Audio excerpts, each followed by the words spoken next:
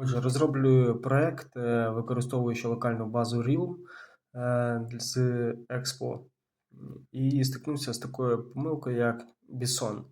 Ну, не помилка, а попередження. BSON for React Native, please polyfill crypto get random value.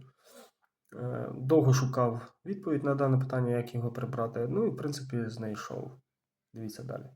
Отже, друзі, якщо ми отримуємо BSON for React Native, please polyfill crypto get random values помилку або попередження, то є рішення, якщо ми використовуємо, наприклад, базу даних Realm, треба просто додати React Native get random values на початок імпортів. Це рішення я знайшов завдяки LightRun. Ось тут. Всім дякую.